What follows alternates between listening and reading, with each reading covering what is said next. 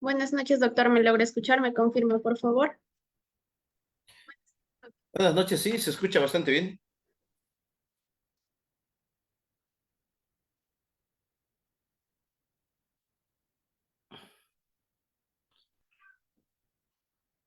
Hola, Vamos a iniciar, por favor, doctor. Un momento. perfecto.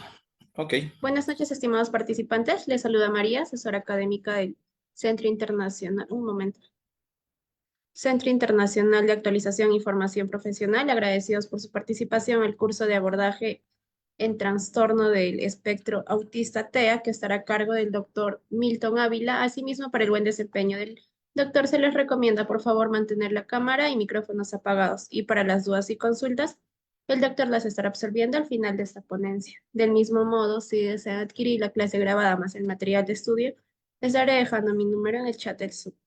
Buenas noches, doctor Milton Ávila. Le doy pase a su ponencia.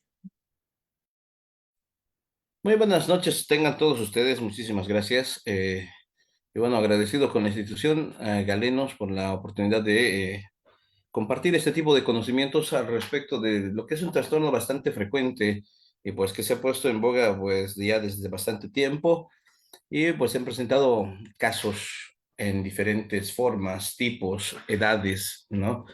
Y bueno, es un tema de interés general, ¿no? Vamos a revisar en este caso el abordaje en el trastorno del espectro autista. Vamos a ir desde lo que es la definición hasta todo lo que es la secuencia de abordaje diagnóstico como tal y pues un abordaje sencillo, práctico, ya para que podamos en este caso aprovechar al máximo este tipo de ponencia. Bien, entonces les voy a compartir la presentación y pues enseguida pues describimos todo lo que es el tema en particular.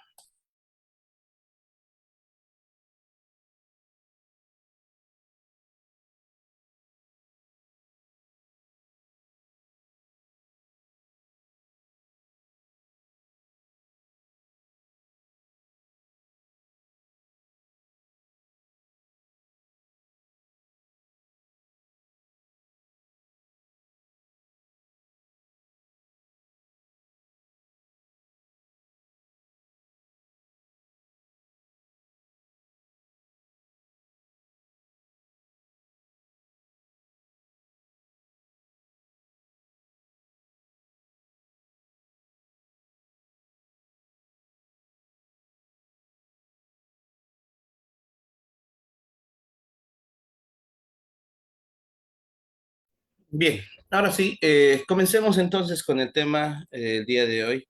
Vamos a hablar de un tema bastante discutido, bastante descrito en diferentes medios y bueno, obviamente desde el ámbito médico también es bastante amplio, ¿no? El abordaje de este punto, de este tema en particular. Entonces vamos a ver lo que es el abordaje en el trastorno del espectro autista, el famoso TEA, ¿ya? Y lo vamos a considerar desde estos puntos, ¿no?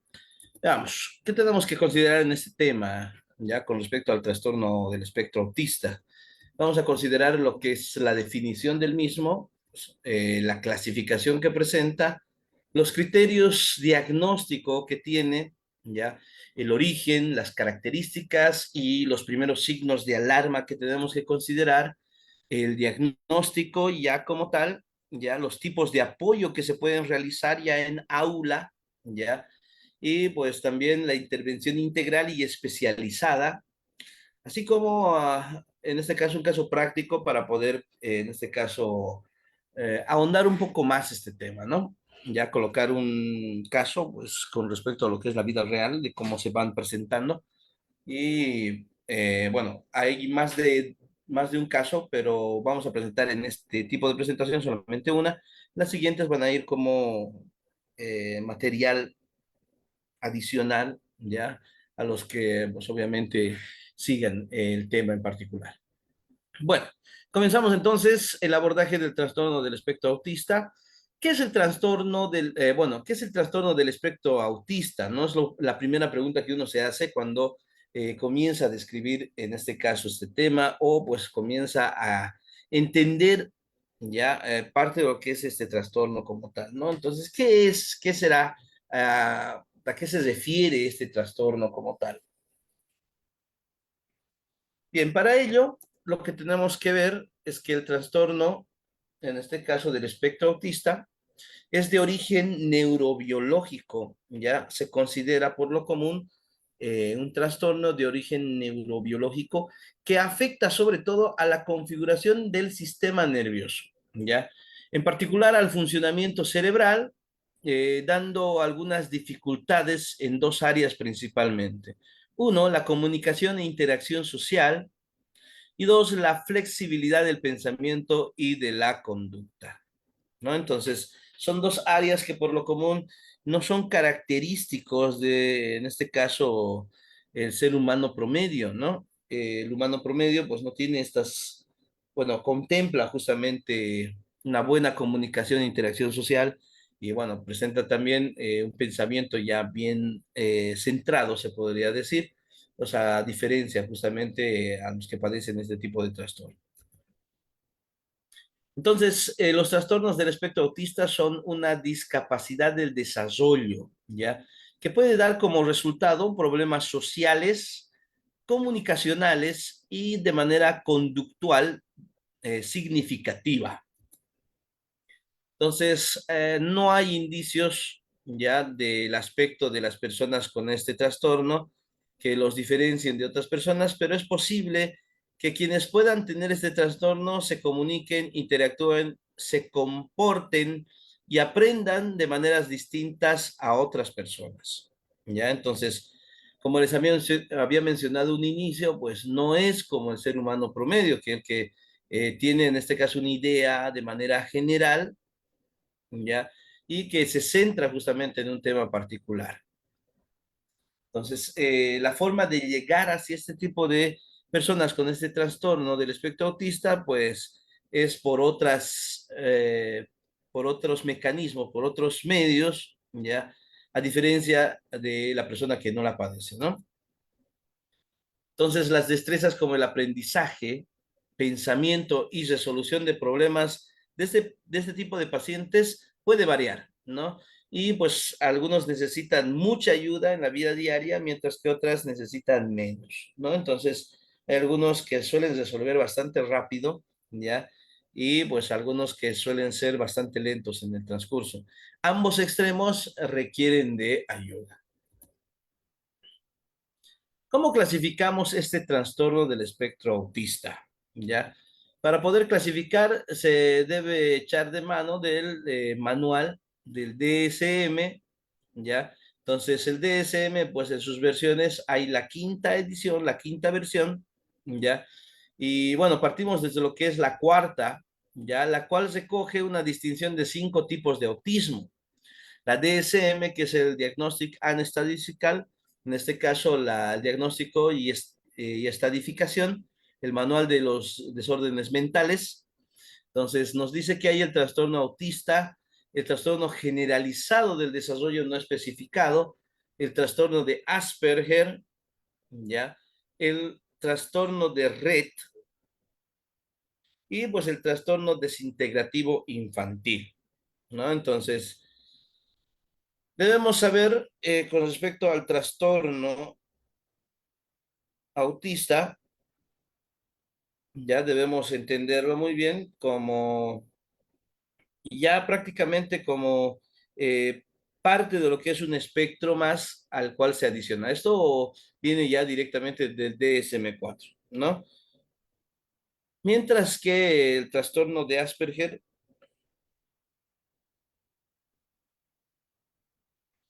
lo tenemos que delimitar un poco más, ¿no?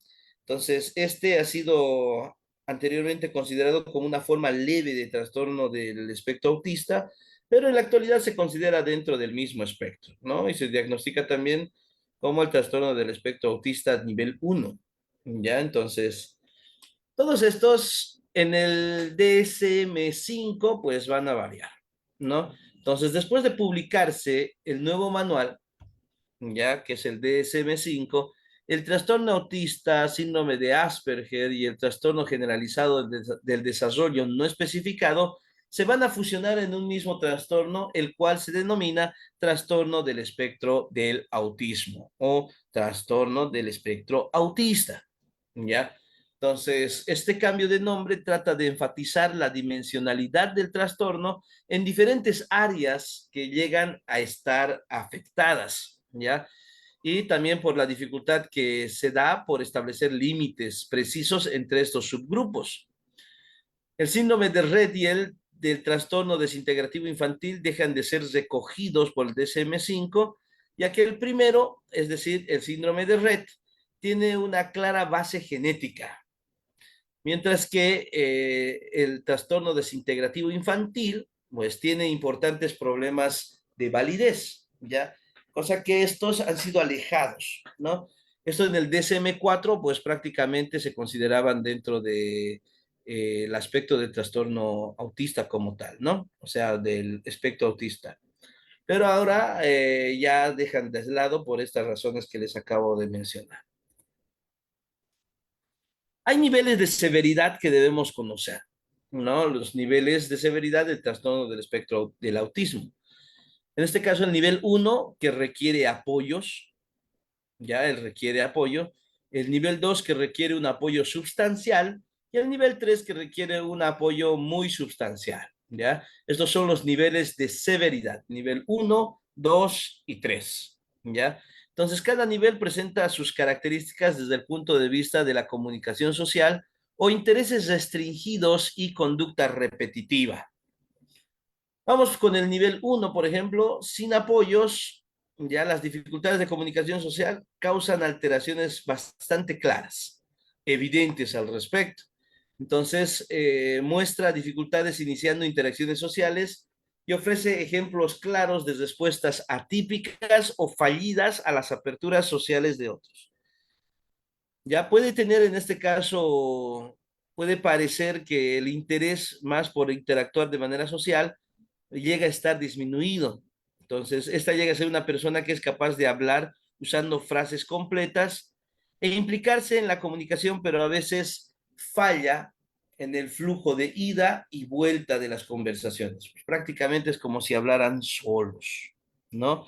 Entonces, aquí básicamente requiere un apoyo, es importante, ¿ya? Y bueno, desde el punto de vista de los intereses, pues hay una inflexibilidad del comportamiento que causa una interferencia ya dentro de lo que es el funcionamiento en uno o más contextos. Entonces, eso significa que va a haber problemas de organización y planificación, ¿no? Esto hace que no sean totalmente independientes como tal. Nivel 2, aquel que requiere un apoyo sustancial. Aquí va a existir déficit marcados en habilidades de comunicación social, verbal y no verbal, ¿ya? Entonces, aquí los déficits sociales llegan a ser aparentes, ¿ya? Inclusive si existen apoyos, inician un número limitado de interacciones sociales y llegan a responder de manera atípica o reducida a los intentos de relación de otros. Por ejemplo, puede haber una persona que habla con frases sencillas y cuya capacidad para interactuar se limita a intereses restringidos, ¿ya? Solo un segmento específico en particular, ¿ya? Y pues solamente puede entablar conversación al respecto de ese tema y solo gira en solamente un tema, ¿no? Y puede tener también comportamientos atípicos o un nivel no verbal como tal. Dentro de lo que es el nivel 3, ya estos van a requerir apoyo muy sustancial.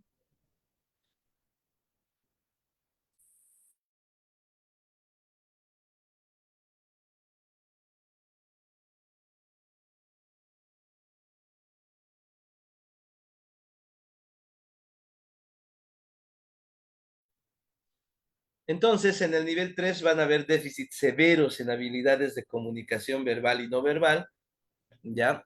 Que causan alteraciones severas en el funcionamiento, inician muy pocas interacciones y responden mínimamente, ¿ya? A los intentos de relación de otros.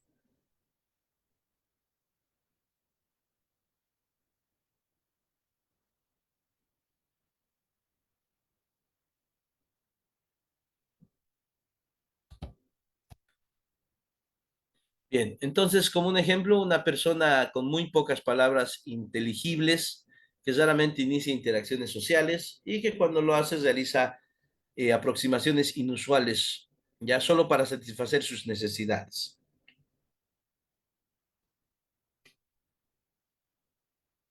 Entonces, en este nivel, pues la comunicación no verbal también puede ser muy limitada o inexistente, ¿no? Como ya lo habíamos mencionado.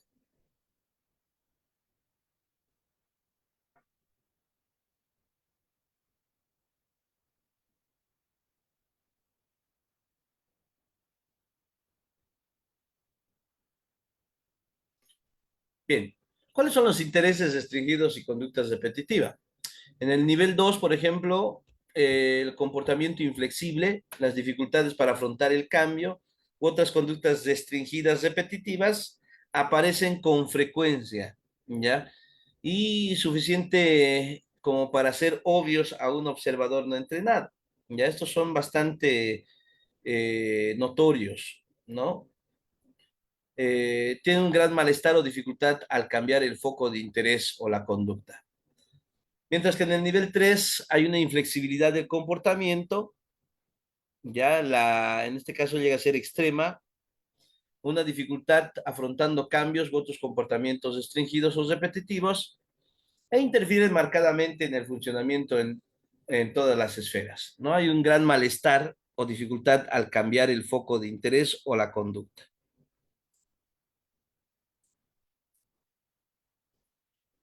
¿Cuáles son los criterios diagnósticos de trastorno del espectro autista? ¿No? Entonces, estos los tenemos que reconocer también adecuadamente. Vamos primero con lo que son las deficiencias persistentes en la comunicación social y en la interacción social en diversos contextos, manifestado por lo siguiente.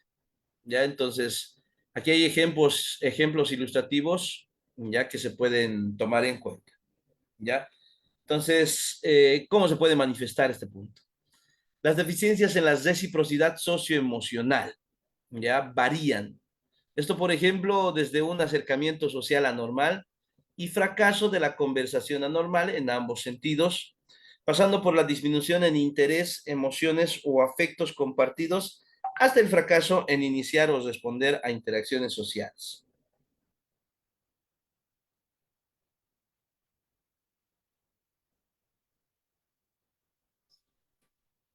Por otra parte, las deficiencias en las conductas comunicativas no verbales utilizadas en la interacción social también varían, ¿ya?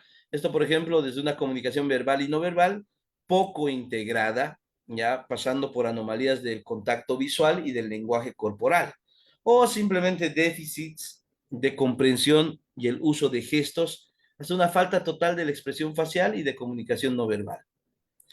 También en este caso, como otro punto, las deficiencias en el desarrollo, mantenimiento y comprensión de las relaciones, ya que pueden variar también, esto desde dificultades para ajustar el comportamiento en diversos contextos sociales, pasando por dificultades para compartir juegos imaginativos o para ser amigos, ¿no? Hasta la ausencia de interés por otras personas, ¿no? Aquí ya básicamente se aísla, ¿ya? Queda completamente solo, ¿ya? En este caso se debe especificar aquí la gravedad actual, ¿no? La gravedad se basa en el deterioro de la comunicación social y en patrones de comportamientos restringidos y repetitivos. También debemos saber que hay patrones restrictivos y repetitivos de comportamiento, intereses o actividades que se van a manifestar en dos o más de los siguientes puntos. Entonces puede tener movimientos, puede utilizar, en este caso, objetos o habla estereotipadas o repetitivas, ¿ya? Por ejemplo, pueden haber las estereotipias motoras simples.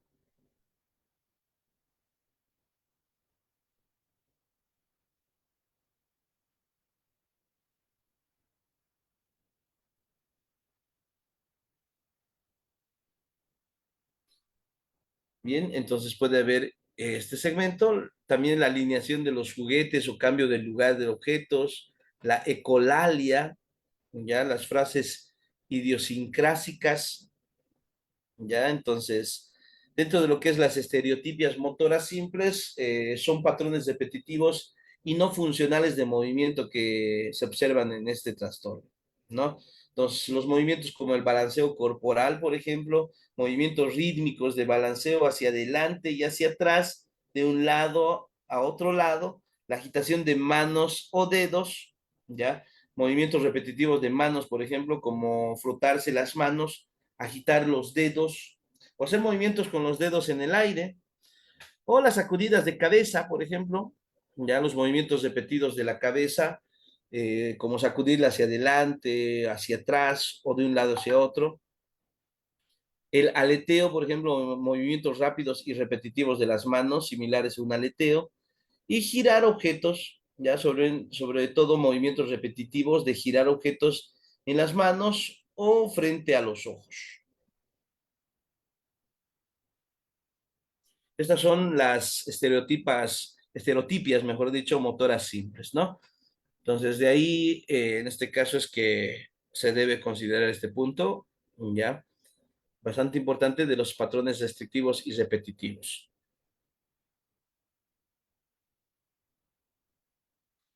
Y bien, también está la ecolalia, que es un fenómeno lingüístico en el cual una persona repite o imita verbalmente lo que otra persona acaba de decir, ¿ya?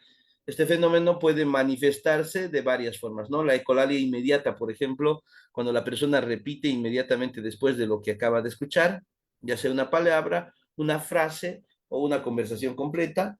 La ecolalia diferida, que es la repetición que ocurre más tarde en el tiempo, a veces horas o días después de haber escuchado la palabra o frase, y la ecolalia mitigada, por ejemplo, las personas que repiten parcialmente lo que han escuchado, a veces modificando ligeramente las palabras, ¿ya? Entonces, esto llega a ser común en niños pequeños durante el desarrollo del lenguaje, pero también se pueden presentar en personas con este trastorno.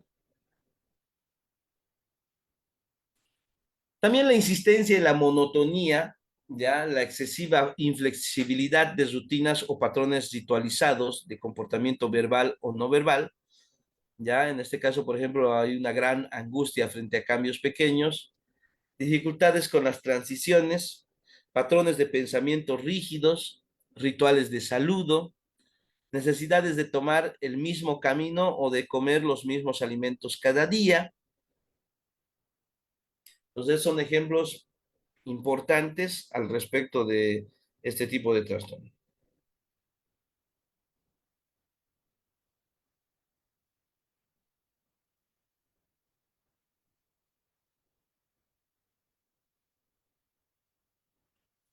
Bien, también en este caso habrán intereses muy restrictivos y fijos, que son normalmente en cuanto a su intensidad o foco de interés. Por ejemplo, un fuerte apego o preocupación por objetos inusuales, intereses excesivamente circunscritos o perseverantes. O en este caso también puede existir la hiper o hiporreactividad a los estímulos sensoriales o interés inhabitual por aspectos sensoriales del entorno. Por ejemplo, a la indiferencia aparente al dolor o temperatura, la respuesta adversa a sonidos o texturas específicos, el olfateo o palpación excesiva de objetos, la fascinación visual por las luces o el movimiento. Entonces, hay que especificar la gravedad actual, ¿no? La gravedad se basa en los deterioros de la comunicación social y en los patrones de comportamientos restringidos y repetitivos. ¿Cuál es el origen de este trastorno? Debemos mencionar que en la actualidad se desconoce ya una causa única que llegue a explicar este trastorno, pero sí se sabe que hay una implicación genética en su origen, ya, en este caso, según afirma la Confederación del Autismo en España, hay una gran variabilidad en este tipo de trastornos que apunta también a una relevancia que puede tener la interacción entre los distintos genes y los diferentes factores ambientales, ¿ya? Pero por el momento son aquellos que se encuentran claramente identificados, ¿ya? Y aún es necesaria mucha investigación, ¿no? Al respecto. Lo que sí se sabe es que es un origen neurobiológico, ¿ya? Que acompaña a la persona a lo largo de su vida, ya aunque sus manifestaciones y necesidades cambian en función a las distintas etapas del desarrollo, e indica la que presenta de manera distinta en cada caso Por eso es que las actividades o las necesidades individuales ya son heterogéneas, son distintas en cada paciente. ¿Cuáles son las características del trastorno del espectro autista? Entonces, las habilidades de comunicación, por ejemplo, ya las dificultades que hay en la comunicación, que pueden presentar en diferente nivel, ya tanto a nivel de comprensión como de expresión. Uno, tenemos dos tipos de comunicación, una que es la verbal y la otra que es la no verbal. La verbal, en pacientes con este trastorno, tienen habilidades lingüísticas adecuadas, pero se encuentran dificultades para utilizarlas en una comunicación recíproca, ¿ya? O en un contexto social, pues en el que son necesarias, ¿no? Otras no emplean lenguaje verbal y requieren apoyo de sistemas alternativos y o aumentativos de comunicación, ¿ya? Entonces, sustituyen y apoyan al lenguaje oral, ya de manera respectiva. La comunicación no verbal, también las personas con este trastorno ya experimentan dificultades para emplear o extraer el significado de gestos o expresiones faciales de otras personas. No sabe si, digamos, la expresión llega a ser de tristeza, alegría, ¿no es cierto? Asombro, pues no lo distinguen fácilmente, así como de otros elementos relevantes para una interacción, como el contacto ocular, la postura corporal, ¿ya? No saben si están cansados o no, y esto es lo que puede suponer una situación de malentendido, ¿no? Ya pueden ver que una persona hace un gesto, no lo reconoce y puede pensar que está feliz todo el tiempo, ¿no? O pues al revés, puede pensar que está alegre todo el tiempo, ¿no? Entonces, eso hace de que haya una dificultad en ese tipo de comunicación y comprensión. Las habilidades para la interacción social, algunas, algunos pacientes o personas con este trastorno pueden tener dificultades para relacionarse con los demás, comprender el entorno y desenvolverse en determinadas situaciones. Entonces, por ejemplo, puede haber acercamientos sociales inusuales o inadecuados para iniciar o reaccionar ante interacciones con otras personas. Hay problemas para adaptar el comportamiento a distintos contextos o situaciones sociales. Se da la dificultad para comprender las reglas sociales no escritas y pues hay dificultades para entender o expresar las emociones de forma ajustada al contexto o a la situación determinada. Otra es la forma de pensar y comportarse. Las personas con este trastorno pueden tener esa dificultad para responder de manera flexible a las demandas de los diferentes contextos y ajustar su forma de pensar y de comportarse. Entonces tienen que adaptar a cambios o a situaciones imprevistas y puede suponerles esto un gran esfuerzo y les genera malestar, angustia o ansiedad.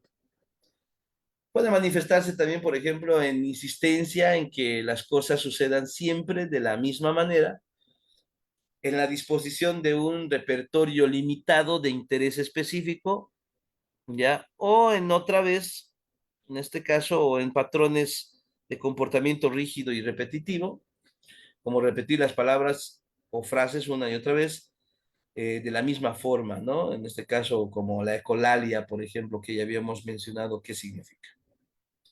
Estímulos sensoriales, también algunos pacientes con este trastorno tienen alteraciones en el procesamiento de estímulos sensoriales, ¿ya? Entonces, esto se puede manifestar en un malestar intenso ante determinados sonidos, olores, luces, sabores o texturas.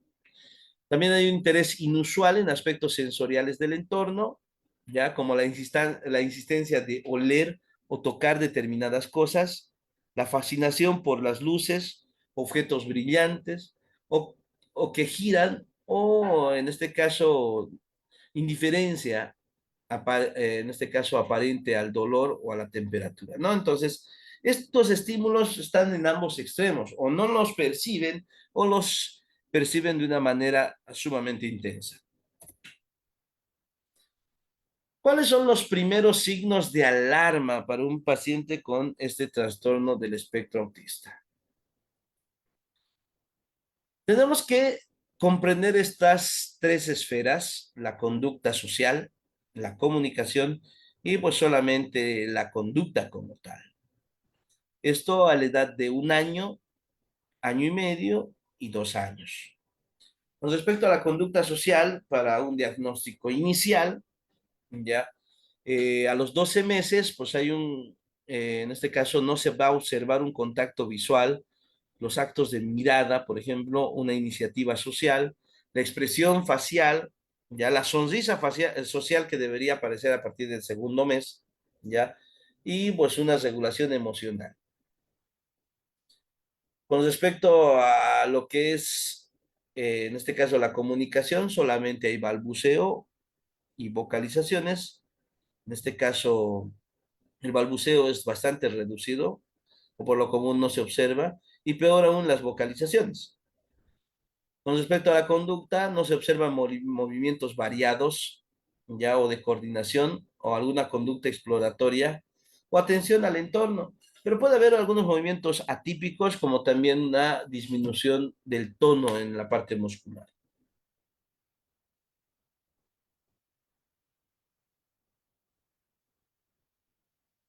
A los 18 meses, por ejemplo, al año y medio de edad, no se observan también orientación al nombre, ¿no? Por lo común no hacen caso al nombre.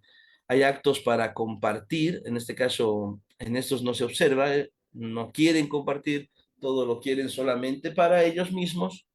Eh, También no pueden seguir la mirada de otros, ya también la atención a gestos, respuesta a la atención conjunta, inicios de atención conjunta, actos de señalar para pedir, ya, estos no se observan al año y medio. En la parte de comunicación, pues no se observan consonantes comunicativas, ya, o gestos convencionales o un lenguaje receptivo o expresivo. Y pues puede haber en este caso algunas conductas repetitivas, desenganche atencional, anormalidad en el aurosal y pues respuesta sensorial anormal. A los 2 años, pues tampoco se llega a observar todavía no un contacto visual que ya debería estar. También no se observan los limitados actos para compartir, el interés en otros niños, la expresión afectiva, atención al malestar de otros o ofrecer consuelo. Con respecto a la comunicación, tampoco se observa a los 2 años una coordinación de mirada y comunicación o un suficiente vocabulario, ¿no?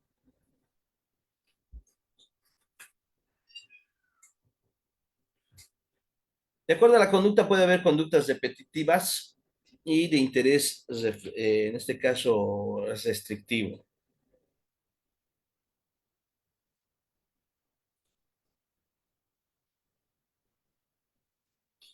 Bien. Y bueno, con respecto a la comunicación, puede existir lo que es la prosodia, ya que es el conjunto de elementos que afectan la entonación, el ritmo y el énfasis del lenguaje hablado, ¿no? Asimismo, incluye justamente aspectos como el tono de voz, el volumen, la velocidad del habla, ya las pausas que debe tener y la entonación, ya esto ya a los 2 años de edad, ¿no? ¿Cómo hacemos el diagnóstico de este trastorno? Ya veamos en este caso estos puntos importantes.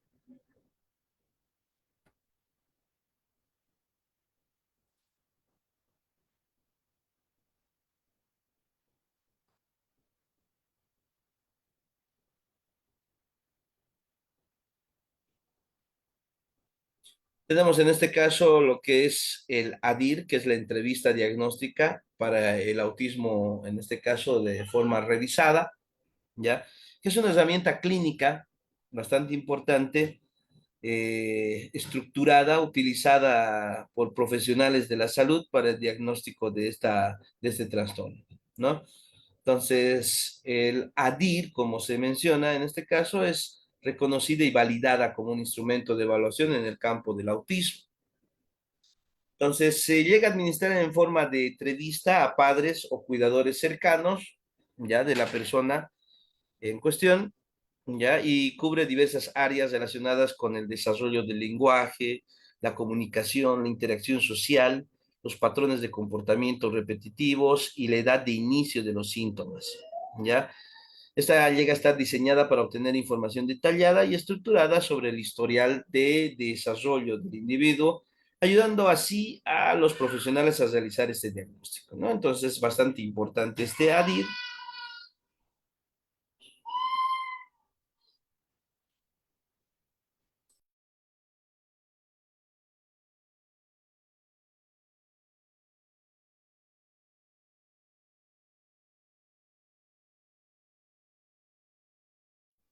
Por otra parte, para el diagnóstico está también en este caso el A22, ¿ya? El A22, ya que en este caso es un programa de observación para el diagnóstico del autismo, ya en su segunda edición. Este significa Autism Diagnostic Observation Skewed, en este caso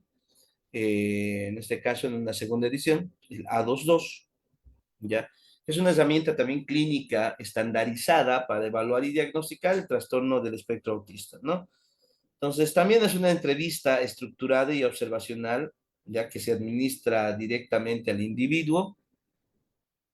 Puede estar diseñada para evaluar el comportamiento relacionado con el autismo en áreas como la comunicación social, la interacción social, el juego, el uso de juguetes, así también como la respuesta emocional, ¿no? Entonces, este A22 se compone de diferentes módulos, esto dirigido a diferentes niveles de desarrollo y habilidades de lenguaje, ¿no? Del individuo evaluado como tal.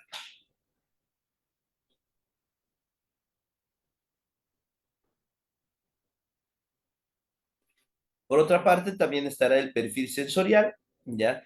Se refiere a la manera en la que una persona procesa y responde a la información sensorial del entorno, ¿no? Esto incluye de cómo percibe y reacciona a los estímulos como el tacto, sonido, vista, gusto y olfato y la sensación vestibular, ¿no? Que está en relación con lo que es el equilibrio, ¿ya? Y el movimiento. Bueno, es bastante utilizado en el contexto de evaluar y entender las respuestas sensoriales atípicas que pueden experimentar con diversas condiciones neurológicas o de desarrollo, como también en el trastorno del espectro autista, ¿no? Así también en el trastorno por déficit de atención a la hiperactividad, como es el TDAH. Y pues también está para valorar lo que es el neurodesarrollo y la valoración de la comunicación. ¿Cuáles son los pilares, no? Dentro de lo que es el diagnóstico. Hay 5 pilares fundamentales que se tienen que tomar en cuenta.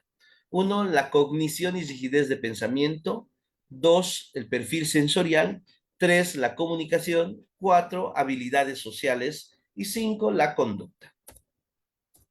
Vamos con la primera, que es la cognición y rigidez de pensamiento. O sea, el pensamiento concreto, preciso y dificultad en el pensamiento abstracto, ya es uno de los puntos también importantes en este trastorno. El pensamiento centrado en los detalles, la dificultad para hacer inferencias y comprender mensajes no explícitos, y la dificultad para comprender bromas, chistes, ironías, sarcasmos. Aquí existe una teoría de la mente, ¿no? Ya la habilidad para inferir en estados mentales en otra persona y utilizar esta información para interpretar y predecir la conducta, ya así también como para regular y organizar el propio comportamiento. Entonces, el déficit justamente de esta teoría de la mente en el trastorno del espectro autista, pues hace que se debe tener en cuenta lo que sabe la otra persona, se debe anticipar lo que el otro piensa, ya, de mis propias acciones y la reacción adecuada ante emociones ajenas.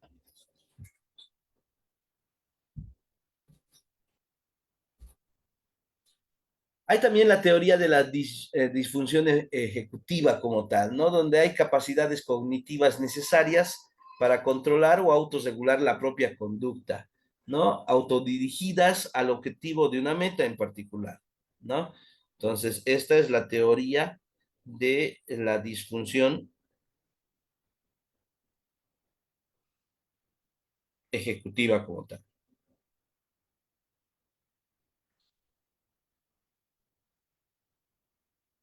Bueno, dentro de estas tenemos que hablar de lo que es la planificación, ya que es la capacidad para establecer metas, desarrollar estrategias y organizar pasos para alcanzar esas metas.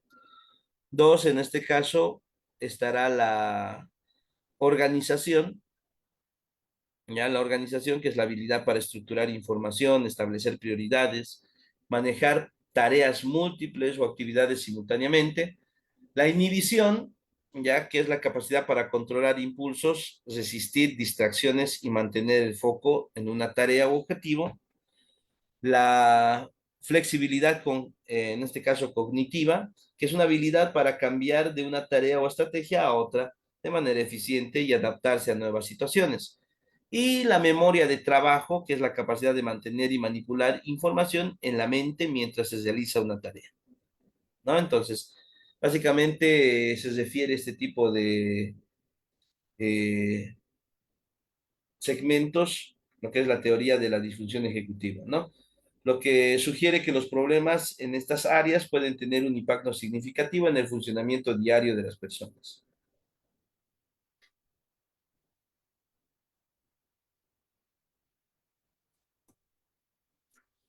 Vamos con lo que es el perfil sensorial. Las personas con este trastorno pueden procesar la información sensorial de manera diferente. Pueden afectar a todos los sentidos como tal. Entonces, existen 8 sentidos, ¿no? Para poderlos comprender. Por lo común, de manera anatómica y orgánica, pues consideramos solamente 5. Aquí, pues aumentamos 3 más que llegan a ser de interés mm, bastante marcado. Uno, por ejemplo, la vista, para percibir la luz, distinguir colores, formas, tamaños. El oído para los sonidos y vibraciones, el gusto para los sabores, el olfato para los olores, el tacto para el contacto físico y sensaciones de presión, temperatura y dolor. Y bueno, y aquí se añade la propiocepción, ¿no? Con respecto a posición y movimiento del cuerpo, ¿ya? Tener conciencia de la posición de las diferentes partes del cuerpo. La otra es vestibular con respecto a la orientación y el equilibrio espacial. Y la intercepción, ya que es la capacidad de percibir señales internas del cuerpo como hambre, sed, cansancio, necesidad de ir al baño. ¿Ya? Entonces son 8 sentidos como tal, los 8 sentidos. Algo bastante importante que se debe remarcar en este tema es que cualquier paciente, sea cual sea la dolencia o enfermedad o trastorno que tenga, pues debemos ser siempre bastante empáticos, ¿no? Con ese tipo de personas, ¿ya? Eh, el ponerse en el zapato de ellos, pues hace que se pueda cuidar bastante bien de ellos y pues se pueda ayudar adecuadamente.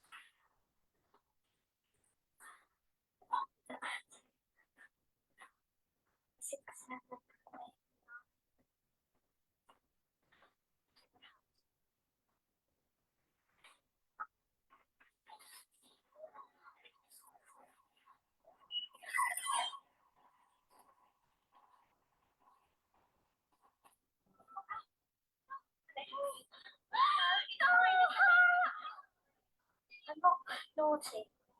I'm autistic, and I just get too much information.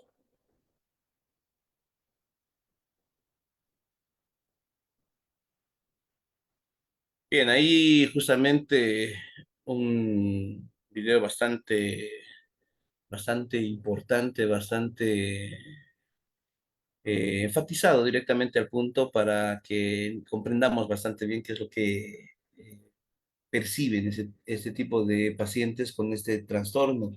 Y bueno, muchas veces uno no sabe ya qué es lo que está pasando esa persona en el momento. Bastantes estímulos hacen que pues cualquiera se pueda descontrolar ya en cualquier lugar, en cualquier momento en el que esté sucediendo ese estímulo, que lo percibe bastante magnificado, ¿no? Algunos pues verán a este niño, por ejemplo, como una rabieta, ya, pero sin embargo, como ya se ha podido ver en este tipo de video, o sea, se ha podido observar bastante bien, ya, o sea, en el autoanálisis que ustedes puedan realizar, ya se debe considerar siempre este punto, ¿no? Ponerse en el zapato de estos pacientes que padecen este trastorno. Y bien, se debe tratar de hacer ejercicios ya para que estos pacientes puedan regular esta parte sensorial bastante magnificada o en algunos casos muy reducida, ya, no un promedio adecuado para no sufrirlas, ya. Entonces, se debe tratar de acostumbrar a ciertos ruidos, ya como es el caso, texturas, ya, o en este caso segmentos de protección para que no haya una lesión o autolesión y enfoque en un segmento en particular. Se debe tener una personalización del segmento y bueno, vamos con lo que es la comunicación, otro pilar bastante importante. Las personas con este trastorno pueden tener dificultades para la comunicación e interacción social. Para muchas de ellas, el lenguaje no siempre es la mejor forma de comunicarse. Entonces, hay limitaciones en el mensaje que se transmite, presentan una interpretación literal del lenguaje, esto que va a llevar a respuestas que puedan ser inadecuadas al mensaje del emisor. Va a haber una escasa intención comunicativa y pues recursos limitados para comunicar. Dependiendo del grado de afección del lenguaje, ya y la comunicación se puede clasificar en dos grupos. Con lenguaje verbal, ya que presenta nivel de habla adecuado a su edad cronológica, aunque con algunas carencias, como comentarios inadecuados, lenguaje adultizado, rituales verbales, las ecolalias, o sin lenguaje verbal, donde no hay un lenguaje verbal adecuado. En estos casos se prioriza la intervención centrada en la producción del habla a través del uso de sistemas alternativos y aumentativos de la comunicación. En general debemos promover la conversación recíproca, ¿no? El uso de comentarios adecuados al contexto, la comprensión del lenguaje figurado, metáforas, bromas, chistes, ironías, sarcasmo y el lenguaje no verbal. Entonces, ¿qué permiten los apoyos visuales? Uno, estructurar rutinas y actividades. Dos, seguir normas. Tres, aumentar la autonomía a la hora de tomar decisiones. Cuatro, conocer qué va a ocurrir. Cinco, organizar el espacio. Seis, apoyar la estructuración y comprensión del lenguaje. Y por último, regular la conducta y las emociones. Claves visuales, el uso de sistemas alternativos y aumentativos de comunicación y estrategias, en este caso, que fomenten la comunicación expresiva y comprensiva. Los más frecuentes son los lenguajes de signos, ya, los conocidos como PECs y los comunicadores dinámicos digitales.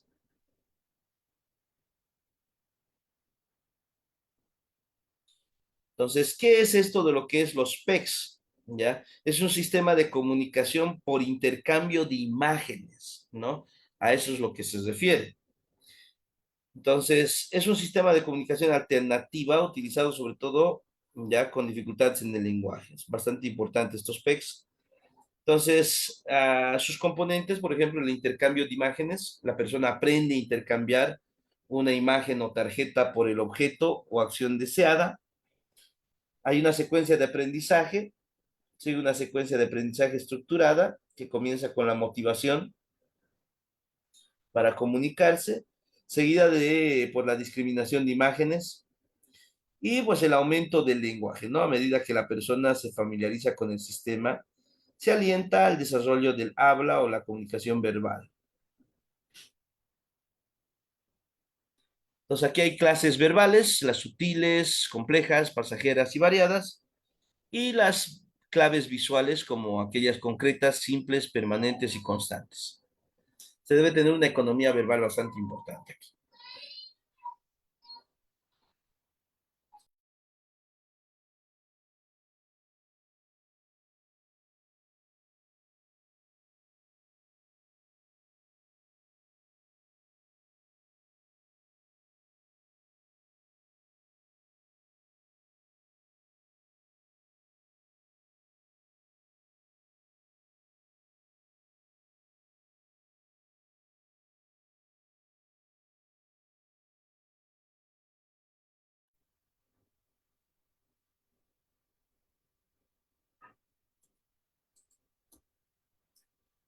Bien, ahí están las claves visuales. Ya se debe, en este caso, hacer comparaciones, ya, con respecto, por ejemplo, a niveles de respuesta de nerviosismo, por ejemplo, ya, o su contrario con respecto a lo que es la relajación, piezas, pelotas, ya, aquello que pueda relajar. Mantener la calma es clave, ya hay que detenerse, hay que pensar y luego actuar, ¿no? Entonces también los niveles, en este caso, de nerviosismo que puedan tener, pues él que pueda indicar para poderlo apaciguar. Entonces aquí es bastante importante para respirar, en este caso contar hasta 10 bastante bien, ¿no? Para tener una frecuencia respiratoria adecuada. Y bueno, ¿no? Entonces se debe poder, en este caso, delimitar todo lo que es la secuencia del para qué, ¿listo? ¿Para qué sirve? ¿Qué se puede hacer? ¿Qué no se puede hacer? ¿Ya? Aquellos que son restrictivos. Por ejemplo, con respecto a lo que son las manos, se debe explicar básicamente para qué pueden servir y para qué no, ¿no? Entonces, bien, también con respecto a una organización de qué se puede hacer en el diario, ya que se puede hacer hoy, por ejemplo, vestirse, lavarse los dientes, lavarse la cara, ir al parque, comer.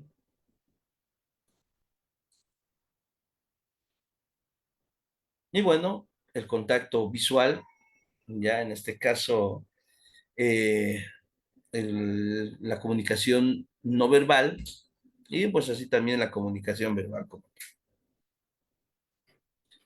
Otras son las habilidades sociales, ya que debemos contemplar.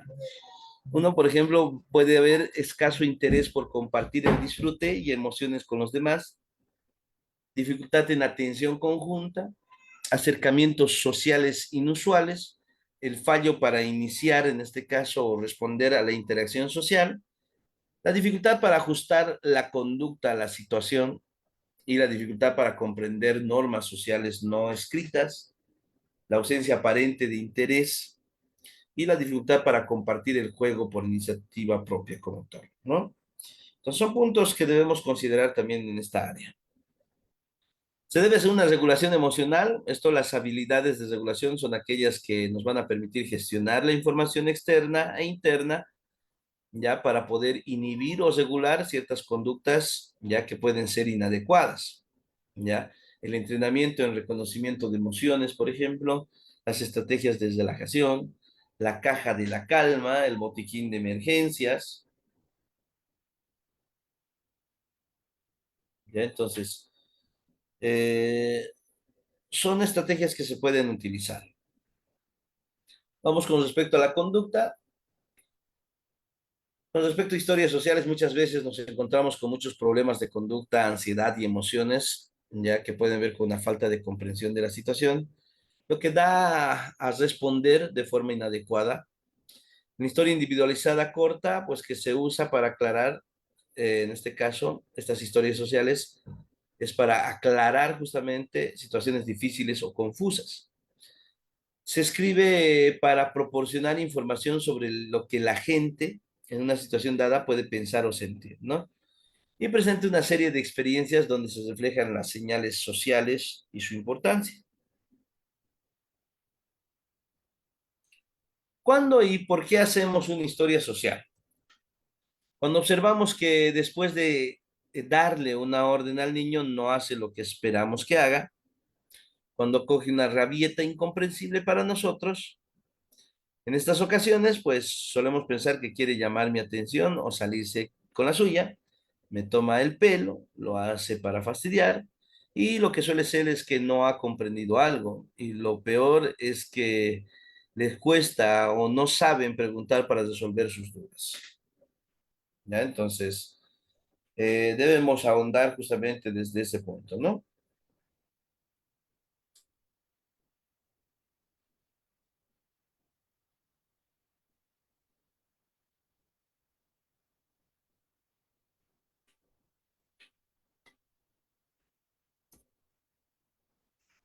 Pasos a seguir para hacer una historia social.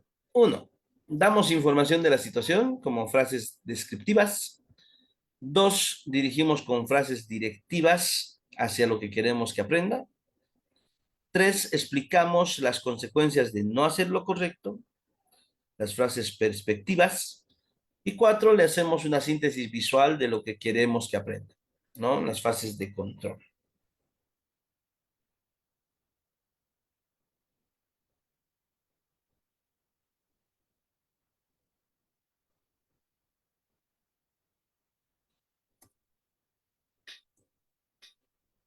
Bien, ahí están los ejemplos de algunas historias sociales, ¿ya?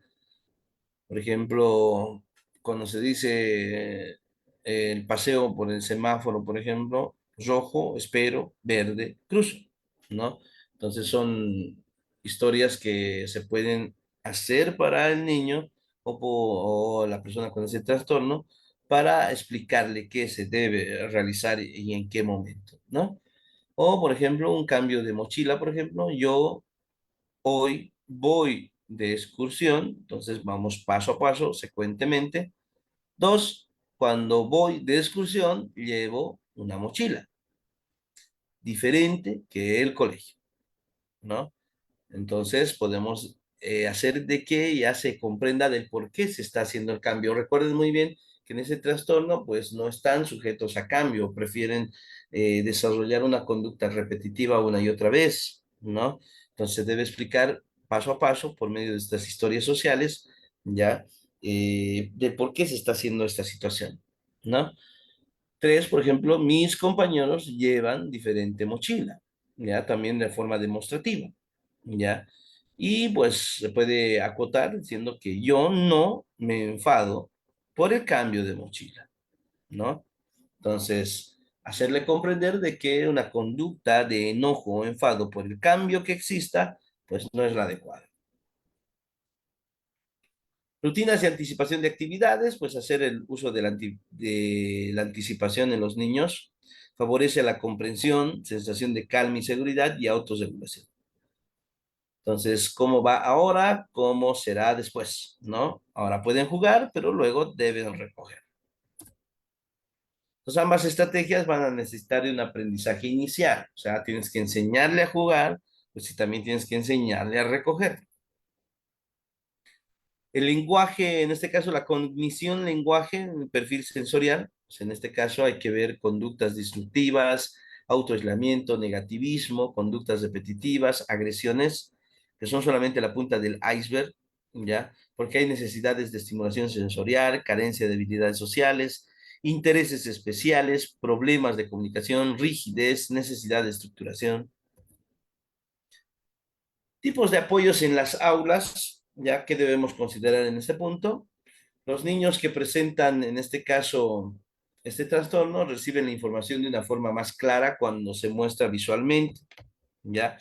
Entonces, por lo común son visuales en este punto. Entonces, tiene que haber un apoyo bastante amplio en esta área, ¿ya? Entonces, las herramientas que transforman la información verbal en información visual, ya son las que se deben desarrollar.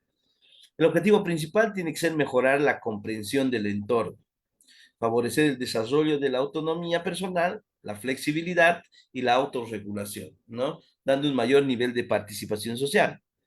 También se debe utilizar apoyos visuales, contribuye a presentar la información de manera clara y sencilla y además permite que esa información esté presente de manera más prolongada en el tiempo. Los tipos de apoyos visuales pueden ser palabras escritas en mayúscula o minúscula, ¿ya? Por ejemplo, enseñar la palabra casa, a la cual puede ir acompañada de una imagen de una casa para indicar que hay que ir a casa. Distribución ambiental, por ejemplo, distribuir los espacios y objetos en función de la actividad. Por ejemplo, una aula escolar donde la mesa esté en la esquina derecha y los juguetes en la esquina izquierda, que indica dónde hay que estudiar y dónde hay que jugar. Las fotografías de objetos reales, ya también para enseñar la fotografía del coche familiar, para indicar que vamos a viajar, ¿no? Los dibujos o pictogramas, ya los pictogramas de supermercado, por ejemplo, para indicar que hay que ir a comprar. Y objetos reales, ya que sirvan, por ejemplo, cuando hay que cepillarse el pelo, se enseña el cepillo directamente.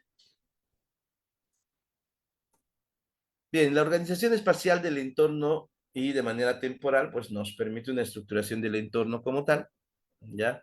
El diseño del entorno físico para darles información por adelantado, ¿ya? Ofrecerles sentido a la actividad que están realizando, uso de la información visual para organizar el entorno, rutinas y actividades, la presencia de rincones y lugares de trabajo concretos para cada actividad, lugar de desayuno, de relajación, de juego. Y una estructuración temporal, pues la repetición es fundamental para que interioricen los pasos de la actividad y para anticipar las tareas, ¿no? También ejecutar rutinas diarias y utilizar planificadores.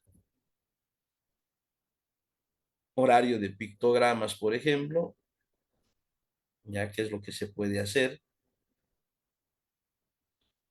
Horario con pictogramas y objetos reales, ya, bastante interactivo. Ahí está un ejemplo de agenda de pictogramas, ya que es lo que se va a hacer en cada momento.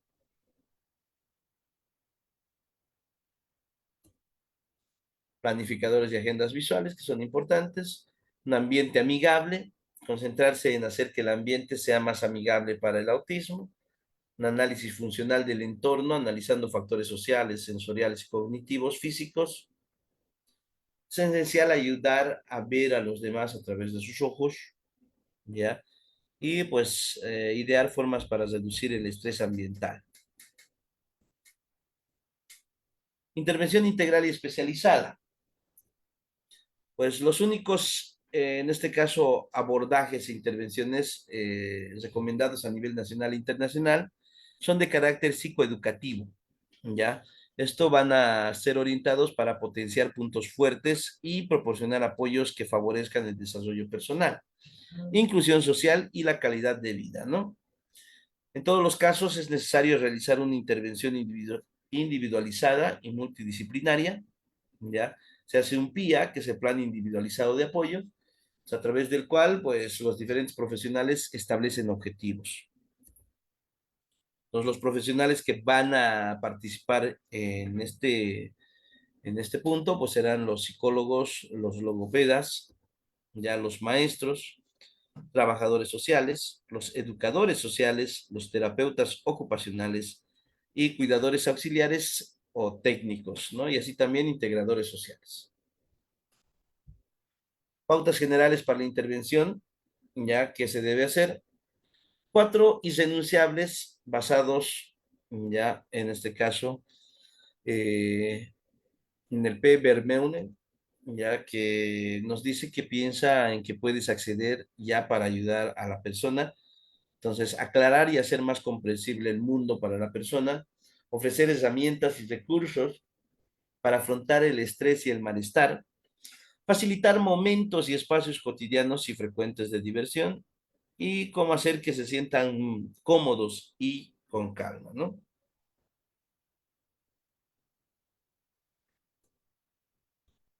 Bienestar emocional en el autismo, 5 consejos importantes. Uno, habla con él, empleando su método de comunicación. Conoce qué cosas le hace sentir bien.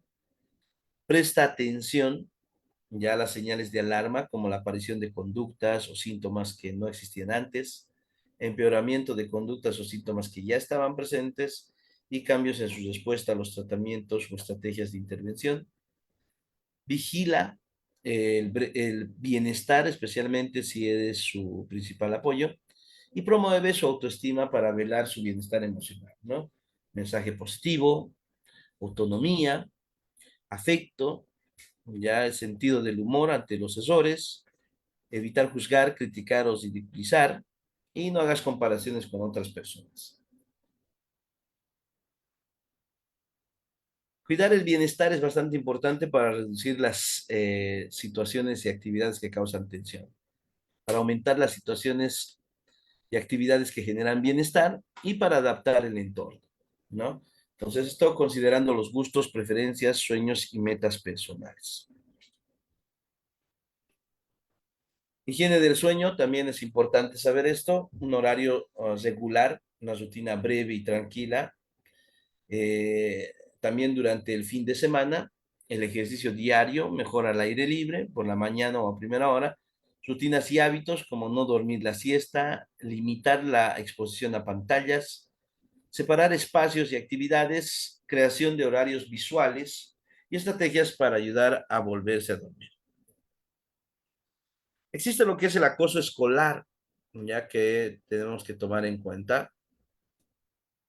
Es por eso que el TEA es la discapacidad con más riesgo de sufrir este tipo de acosos, ¿no? Entonces son percibidos como diferentes, por lo que hay burlas y acoso, y casi la mitad de los niños sufren acoso escolar, más o menos un 46,3%, y el acoso tiene mayor intensidad y frecuencia entre los 11 y 13 años de edad. Esto conlleva consecuencias muy perjudiciales para el desarrollo socioemocional y cognitivo, ¿ya? Entonces, problemas en el aprendizaje, dificultades sociales y malestar emocional. En pacientes con este trastorno, en este caso, los efectos ya llegan a ser más intensos y duraderos. Ansiedad y depresión también es otro punto bastante importante. Ya pueden experimentar estos pacientes dificultades, bueno, en este caso ansiedad, esto por las dificultades para comprender o predecir situaciones sociales, mantener rutinas o por cambios en el entorno, ¿ya? También la depresión puede ser más propensa, esto por los desafíos sociales y dificultades comunicativas y la posibilidad de enfrentarse a la estigmatización social. Ante la ansiedad, entonces hay estrategias destructivas, ya como el control y evitación, rutinas y rituales que deben ser completados, explosiones emocionales, alcohol y drogas. Las estrategias constructivas, pues están la actividad física, ya correr mantiene lejos la ansiedad, dieta equilibrada, relajación, intereses especiales como bloqueadores del pensamiento, estar con animales o contar con una persona, ¿no? Segura y de confianza.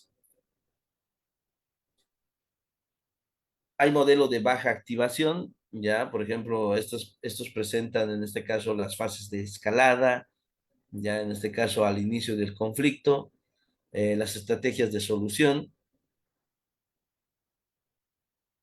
la fase de explosión, como en este caso en la seguridad, o la fase de desescalada por la recuperación, y en la fase cotidiana como la de evaluación. Mitos del autismo, pues las personas autistas no les gusta tener amigos. Mentira, ¿no es cierto? Son mitos solamente. El autismo se cura, dietas, medicamentos especiales, terapias alternativas, ¿ya? Y pues las personas con trastorno no son empáticas, pues lo llegan a ser la mayoría de las veces. Todos tienen habilidades especiales. Las personas con autismo son incapaces de comunicarse.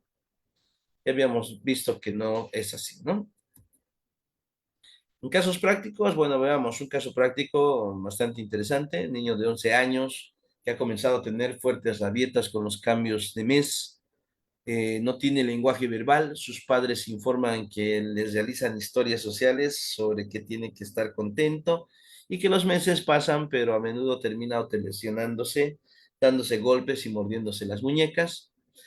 Aquí la pregunta es, ¿cuál de los siguientes déficits podría estar contribuyendo a las rabietas del niño según los criterios de la DSM-5 para el TEA?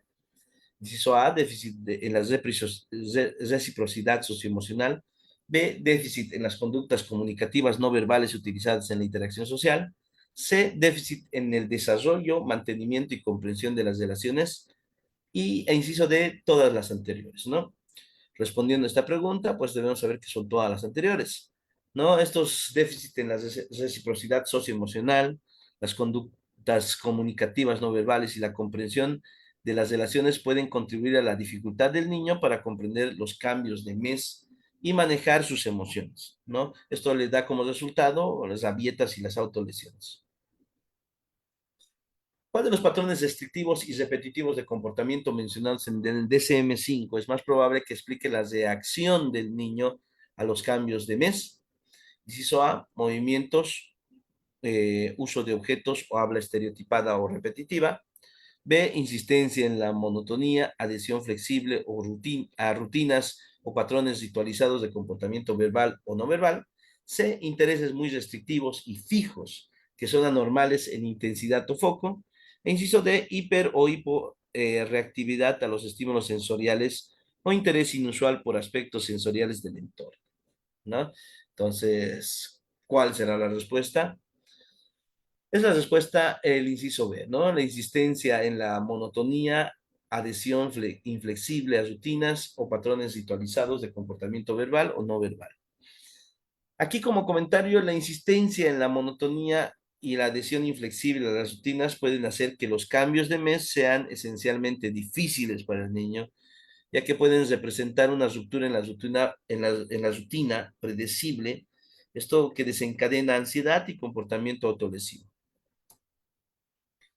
Bueno, les agradezco bastante su gentil atención. Espero haya sido clara la ponencia del día de hoy. Y bueno, conmigo en una próxima oportunidad, ¿no? Bueno, un saludo fraterno a cada uno de ustedes, hasta donde se encuentren. Hasta una próxima. Muchísimas gracias nuevamente.